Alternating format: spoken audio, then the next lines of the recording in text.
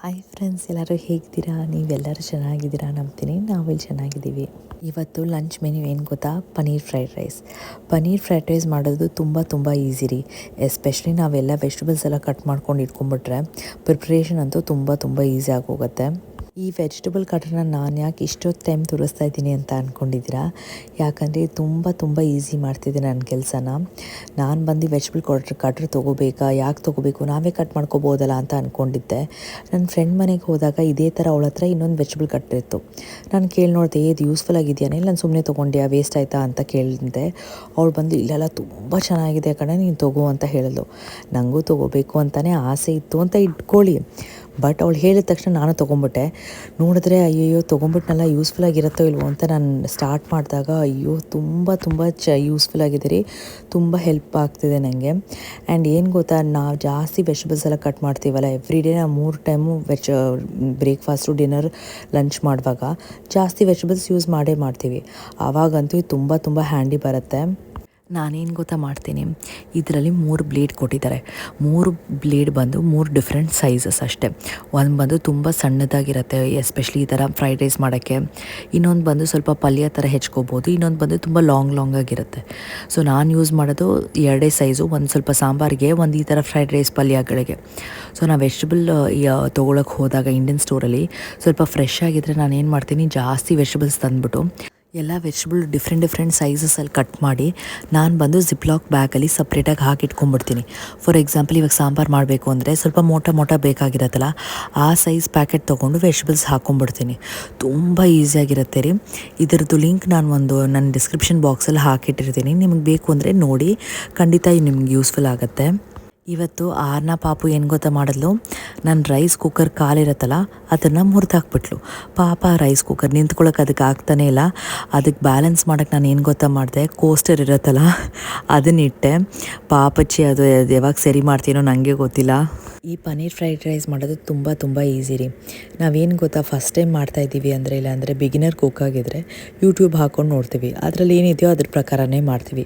But ನಮಗೆ experience ಆಗ್ತಾ ನಾವು ಆ ಪರ್ಟಿಕ್ಯುಲರ್ ಡಿಶ್, ಇಲ್ಲಾಂದರೆ ಡಿಫ್ರೆಂಟ್ ಡಿಶಸ್ ಮಾಡ್ತಾ ನಮ್ಗೆ ಏನಾಗುತ್ತೆ, ಒಂದು ಕಾನ್ಫಿಡೆನ್ಸ್ ಬರುತ್ತೆ. ಸೊ ನಾವೇನು ಮಾಡ್ತೀವಿ, ಸ್ವಲ್ಪ ಎಕ್ಸ್ಪೆರಿಮೆಂಟ್ ಸ್ಟಾರ್ಟ್ ಮಾಡ್ತೀವಿ. ಇದರಲ್ಲಿ ಹಾಕಿದ್ರೆ ಹೆಂಗಿರುತ್ತೆ, ಈ ಪರ್ಟಿಕ್ಯುಲರ್ ಡಿಶಲ್ಲಿ ಇದನ್ನು ಹಾಕಿದ್ರೆ ಹೆಂಗಿರುತ್ತೆ ಅಂತ. ಆ ಥರ ಮಾಡಿನೇ ಈ ಫ್ರೈಡ್ ರೈಸ್ನ ನಾನು ಕಲ್ತ್ಕೊಂಡೆ. ಸೊ ನಾನೇನು ಮಾಡ್ತೀನಿ ಅಂದರೆ, ಒಂದು ದೊಡ್ಡ ಪ್ಯಾನಲ್ಲಿ ಸ್ವಲ್ಪ ಆಯಿಲ್ ಹಾಕೋತೀನಿ. ಆಯಿಲ್ ಹಾಕ್ಕೊಂಡು ಜೀರಾ ಹಾಕ್ಕೊಂಡ್ಬಿಡ್ತೀನಿ. ಜೀರಾ ಚೆನ್ನಾಗಿ ಅದು ಪಟ್ ಅಂದಾಗ ಚೆನ್ನಾಗಿ ಗಾರ್ಲಿಕ್ ಹಾಕ್ಕೊಳ್ಳಿ. ಆ್ಯಂಡ್ ಗ್ರೀನ್ ಚಿಲ್ಲೀಸ್ ನಾನು ಸ್ವಲ್ಪ ಕಡಿಮೆನೇ ಹಾಕ್ಕೊಂಡಿದ್ದೀನಿ ಬೇಕು ಅಂತ. ಯಾಕಂದರೆ ಪಾಪುನೂ ಇದು ಅವಳಿಗೆ ತುಂಬ ಇಷ್ಟ ಫ್ರೈಡ್ ರೈಸ್ ಅಂದರೆ. ಸೊ ಬೇಕು ಅಂತಲೇ ಸ್ವಲ್ಪ ಕಡಿಮೆ ಹಾಕ್ಕೊತಿದ್ದೀನಿ. ನೀವು ಸ್ವಲ್ಪ ಜಾಸ್ತಿ ಗ್ರೀನ್ ಚಿಲ್ಲಿ ಹಾಕ್ಕೊಳ್ಳಿ. ಆ್ಯಂಡ್ ಆನಿಯನ್ ಯಾವಾಗಲೂ ಸ್ವಲ್ಪನೇ ಹಾಕ್ಕೊಳ್ಳಿ, ತುಂಬ ಹಾಕ್ಕೊಳಕ್ಕೆ ಹೋಗಬೇಡಿ. ಆ್ಯಂಡ್ ಆಫ್ಟರ್ ದ್ಯಾಟ್ ನೀವು ಬಂದು ಬೀನ್ಸು, ಕ್ಯಾರೆಟ್ ಚಿಕ್ಕದಾಗಿ ಕಟ್ ಮಾಡಿ ಅದನ್ನು ಹಾಕ್ಕೊಳ್ಳಿ. ನನಗೆ ಇದು ಸ್ವಲ್ಪ ಕಾಲಿಫ್ಲವರ್ ಎಕ್ಸ್ಟ್ರಾ ಇತ್ತು, ಅದನ್ನು ಯಾಕೆ ವೇಸ್ಟ್ ಮಾಡಬೇಕು ಅಂತ ಅದನ್ನು ಹಾಕ್ಕೊಂಬಿಟ್ಟೆ. ಆ್ಯಂಡ್ ಎಲ್ಲ ಸಾಸಸ್ ನಾನು ಬಂದು soy sauce, green chilli sauce, red chilli sauce, ಆಮೇಲೆ ಅದಕ್ಕೇನಪ್ಪ ಕೆಚಪ್ ಆ್ಯಂಡ್ ಸ್ವಲ್ಪ ವಿನಿಗರ್ ಯೂಸ್ ಮಾಡ್ತೀನಿ. ನೀವು ಸಪೋಸ್ ನಿಮ್ಮ ಹತ್ರ ವಿನಿಗರ್ ಇಲ್ಲಾಂದರೆ ನೀವು ಸ್ಕಿಪ್ ಮಾಡ್ಬೋದು, ಏನೂ ಆಗೋಲ್ಲ. ಸ್ವಲ್ಪ ಉಪ್ಪು ಹಾಕ್ಕೊಳ್ಳಿ, ಚೆನ್ನಾಗಿ ಅದನ್ನು ಸಾಟೆ ಮಾಡ್ಕೊಳ್ಳಿ. ಅದು ಸ್ವಲ್ಪ ಉಪ್ಪು ಹಾಕಿದ ತಕ್ಷಣ ಏನಾಗುತ್ತೆ ಅಂದರೆ ಸ್ವಲ್ಪ ನೀರು ಬಿಟ್ಕೊಳ್ಳೋಕೆ ಸ್ಟಾರ್ಟ್ ಮಾಡುತ್ತೆ. ಸೊ ನೀವು ಬಂದು ಸ್ವಲ್ಪ ಬೇಗ ಕುಕ್ ಮಾಡ್ಕೊಳ್ಳಿ. ನಾನು ಬಂದು ಬೇಕು ಅಂತಲೇ ಸ್ವಲ್ಪ ಓವರ್ ಕುಕ್ ಮಾಡ್ಕೊಂಡಿದ್ದೀನಿ ಈ ಟೈಮ್. ಯಾಕಂದರೆ ಪಾಪುಗೆ ಸ್ವಲ್ಪ ರಾ ಆಗಿದ್ರೆ ಅವಳು ತಿಂತಾ ಇಲ್ಲ, ಅದಕ್ಕೆ. ಆ ವೆಜಿಟೇಬಲ್ಸ್ ಎಲ್ಲ ಕುಕ್ ಆದಮೇಲೆ ಒಂದು ಸಪ್ರೇಟ್ ಸೈಡಲ್ಲಿ ಇಟ್ಕೊಂಬಿಡಿ. ಇನ್ನೊಂದು ಸೈಡಲ್ಲಿ ಒಂದು ಪ್ಯಾನಲ್ಲಿ ಸ್ವಲ್ಪ ಆಯಿಲ್ ಹಾಕ್ಕೊಳ್ಳಿ. ಆಯಿಲ್ ಸ್ವಲ್ಪ ಹೀಟ್ ಆದ ತಕ್ಷಣ ಪನ್ನೀರ್ ಹಾಕ್ಕೊಂಬಿಡಿ. ಪನ್ನೀರ್ ನಿಮಗೆ ಫ್ರೆಶ್ ಆಗಿ ಸಾಫ್ಟ್ ಆಗಿದ್ದರೆ ಹಾಕ್ಕೊಂಬಿಡಿ. ಬಟ್ ಸ್ವಲ್ಪ ಹಾರ್ಡಾಗಿದ್ದರೆ ಮೈಕ್ರೋವೇವಲ್ಲಿ ಸ್ವಲ್ಪ ನೀರು ಹಾಕಿ ಕಟ್ ಮಾಡಿರ್ತೀರಲ್ಲ, ಸ್ವಲ್ಪ ನೀರು ಹಾಕಿ ಅದನ್ನು ಸ್ವಲ್ಪ ಬಾಯ್ಲ್ ಮಾಡ್ಕೊಳ್ಳಿ. ಆಮೇಲೆ ಎಣ್ಣೆಗೆ ಹಾಕಿ ಚೆನ್ನಾಗಿ ಅದನ್ನು ಫ್ರೈ ಮಾಡಿಕೊಂಡು ಸ್ವಲ್ಪ ಕ್ರಿಸ್ಪಿ ಆದಾಗ ಇರೋ ಮಸಾಲ, ದಟ್ ಮೀನ್ಸ್ ನಾನು ಹಾಕ್ತಾ ಇರೋ ಮಸಾಲ ಬಂದು garam masala, red chilli powder, turmeric powder, ಜೀರಾ ಪೌಡರ್, ಧನಿಯಾ ಪೌಡರ್, ಆಮೇಲೆ kitchen king and shahi paneer butter masala ಅಂತ ಒಂದು ಬರುತ್ತೆ. ನಾನು ಯೂಶ್ವಲಾಗಿ ಎಲ್ಲದಕ್ಕೂ ಇದೇ ಮಸಾಲೆಗಳು ಹಾಕ್ತೀನಿ. ಇದೆಲ್ಲ ಆದಮೇಲೆ ಪನ್ನೀರಿಗೆ ನೀವು ಜಾಸ್ತಿ ಕೊತ್ತಂಬರಿ ಸೊಪ್ಪು ಹಾಕಿ, ಆಮೇಲೆ ಕಸೂರಿ ಮೆಥಿ ಹಾಕಿ, ಅಷ್ಟೇ ರೀ. ಮಿಕ್ಕಿದೆಲ್ಲ ಮಿಕ್ಸ್ ಮಾಡ್ಕೊಂಬಿಡಿ. ಅನ್ನ ಮಿಕ್ಸ್ ಮಾಡ್ಕೊಳ್ಳಿ. ಆಮೇಲೆ ನಾವು ವೆಜಿಟೇಬಲ್ಸ್ ಸಾಟೆ ಮಾಡಿ ಇಟ್ಕೊಂಡಿದ್ದೀವಲ್ಲ ಅದನ್ನು ಮಿಕ್ಸ್ ಮಾಡ್ಕೊಳ್ಳಿ. ಎಕ್ಸ್ಟ್ರಾ ಉಪ್ಪು ಬೇಕು ಅಂದರೆ ಹಾಕ್ಕೊಂಬಿಡಿ, ಅಷ್ಟೇ. ತುಂಬ ಚೆನ್ನಾಗಿರುತ್ತೆ. ಒನ್ ಟೈಮ್ ಟ್ರೈ ಮಾಡಿ ನೋಡಿ, ಖಂಡಿತ ನಿಮಗೂ ಇಷ್ಟ ಆಗುತ್ತೆ. ಖಾರ ಸ್ವಲ್ಪ ಜಾಸ್ತಿ ಬೇಕು ಅಂದರೆ ರೆಡ್ ಚಿಲ್ಲಿ ಪೌಡ್ರ್ ಇದಕ್ಕೆ ಪನ್ನೀರಿಗೆ ಹಾಕ್ಕೊಳ್ಳಿ.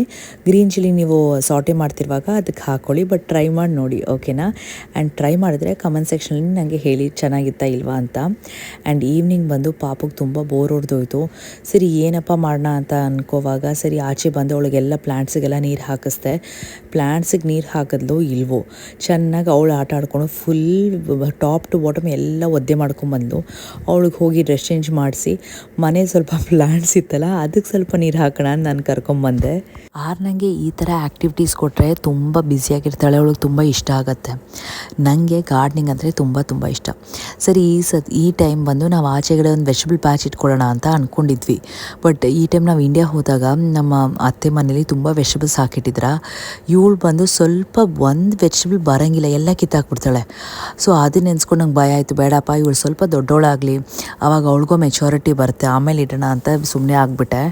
ಎಲ್ಲ ಪ್ಲ್ಯಾನ್ಸ್ಗೂ ನೀರು ಹಾಕಿದ್ಮೇಲೆ ನಾನು ಬಂದು ಅದರ ಜಾಗದಲ್ಲಿ ಹೋಗಿಡುವಾಗ ಇವಳು ಬಂದು ನಾನು ಹೆಲ್ಪ್ ಮಾಡ್ತೀನಿ ಅಂತ ಬಂದುಬಿಟ್ಲು. ಸರಿ ಇವಳು ಸೈಜಿಗೆ ಯಾವುದೆಲ್ಲ ಇದೆಯೋ ಅದನ್ನೆಲ್ಲ ಕೊಟ್ಟು ಕಳಿಸ್ದೆ. ಭಯ ಬೇರೆ ನನಗೆ ಎಲ್ಲಾದರೂ ಕೆಳಗೆ ಹಾಕಿ ಪಾಟೆಲ್ಲ ಮುರಿದೋಗುತ್ತೋ ಅಂತ. ಬಟ್ ಪಾಪ ಅವಳು ತುಂಬ ಸೇಫಾಗಿ ಹೋಗಿ ಇಟ್ಕೊಂಡ್ಬಂದ್ಲು. ಹಾಗೂ ಹಿಂಗೂ ಮಾಡಿ ಹೆಂಗೋ ಫ್ರೈಡೇನ ನಾವು ಮುಗಿಸ್ಬಿಟ್ವಿ. ನಾಳೆ ಬಂದು ಸ್ಯಾಟರ್ಡೇ. ಬಟ್ ಸ್ಯಾಟರ್ಡೇ ಬಂದು ಸ್ವಲ್ಪ ನನಗೆ ರಿಲ್ಯಾಕ್ಸಿಂಗ್ ಆಗಿರುತ್ತೆ, ಯಾಕಂದರೆ ಶೇಷನು ಮನೇಲಿ ಇರ್ತಾರೆ. ಆ್ಯಂಡ್ ನಾಳೆ ಬಂದು ನಾವು ನಮ್ಮ ಫ್ರೆಂಡ್ಸ್ ಜೊತೆ ಸ್ವಲ್ಪ ಆಚೆ ಹೋಗೋಣ ಅಂತಿದ್ದೀವಿ. ಒಂದು ಫಾರ್ಮ್ ಇದೆ ಇಲ್ಲಿ, ಡೈರಿ ಫಾರ್ಮ್. ಸೊ ಅಲ್ಲಿ ಕೌಸ್ ಎಲ್ಲ ಇರುತ್ತೆ, ಪ್ಲಸ್ ಐಸ್ ಕ್ರೀಮ್ ಅಲ್ಲೇ ಮಾಡ್ತಾರೆ, ಐಸ್ ಕ್ರೀಮು. ಸೊ ಅದನ್ನು ತಿನ್ಕೊಂಬರೋಣ ಅಂತ ನಾವು ಫ್ರೆಂಡ್ಸ್ ಎಲ್ಲ ಪ್ಲ್ಯಾನ್ ಮಾಡ್ಕೊಂಡಿದ್ದೀವಿ. ಸೊ ಫೈನಲಿ ನಾಳೆ ಆಚೆ ಹೋಗ್ತಾ ಇದ್ದೀವಿ.